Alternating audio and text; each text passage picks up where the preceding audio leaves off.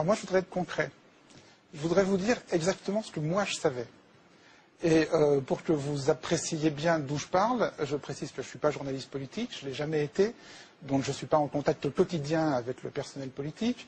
Je suis ce qu'on appelle un journaliste média, c'est-à-dire je suis en contact un peu avec des confrères qui eux-mêmes peuvent être des journalistes politiques en contact avec le personnel politique. Donc je suis dans une espèce de deuxième ou troisième cercle d'initiés, si vous voulez. Je ne suis pas dans le premier cercle d'initiés.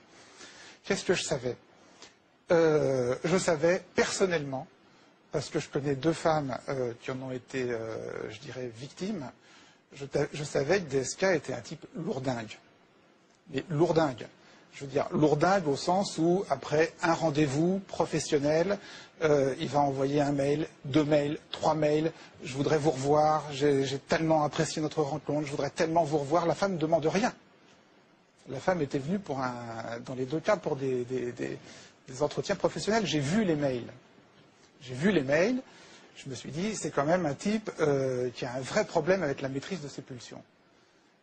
Et s'agissant d'un responsable politique, si vous voulez qu'un type ait un vrai problème avec la maîtrise de ses pulsions, je dis ça pour Strauss-Kahn, c'est exactement la même chose pour Sarkozy, sauf que là, je n'ai pas vu de mail, mais enfin, je veux dire, le diagnostic est à peu près le même. Je me dis, à partir de ce moment-là, si les journalistes politiques qui l'approchent tous les jours, qui le connaissent, n'en disent pas un mot, il y a quand même un souci. Ça fait partie de leur boulot. Bon, ça c'est la première chose. Ça c'est mon expérience personnelle. Puis après j'ai lu des livres. Par exemple, il y a un livre qui est paru en 2003, je crois, qui s'appelait Sexus Politicus. On a invité les auteurs d'ailleurs. Voilà. Ils sont pas à Paris. Que racontait ce livre? Il racontait à mots couverts, mais c'était quand même parfaitement clair, que DSK fréquentait régulièrement un club échangiste parisien. Bon, il a le droit.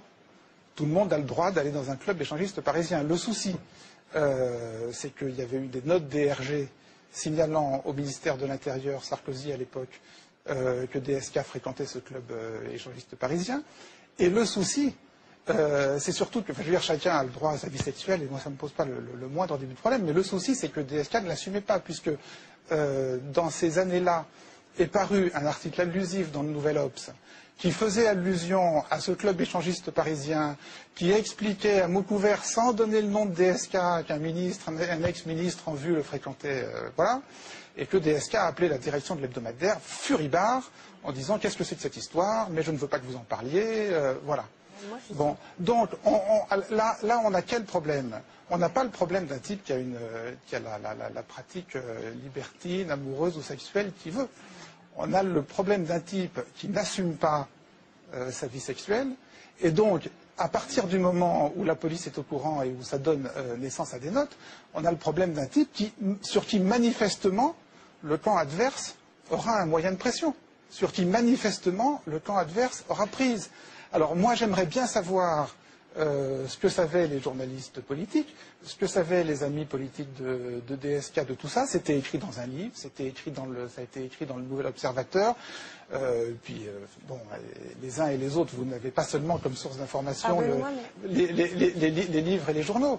Donc c'est pour ça que quand Quatremer a été le premier sur son blog à écrire ce que vous avez rappelé il y a 3 minutes, et ce qui a d'ailleurs fait hurler tout le service politique de Libé, hein, parce que, je veux dire, il n'y avait pas unanimité à Libé sur ce...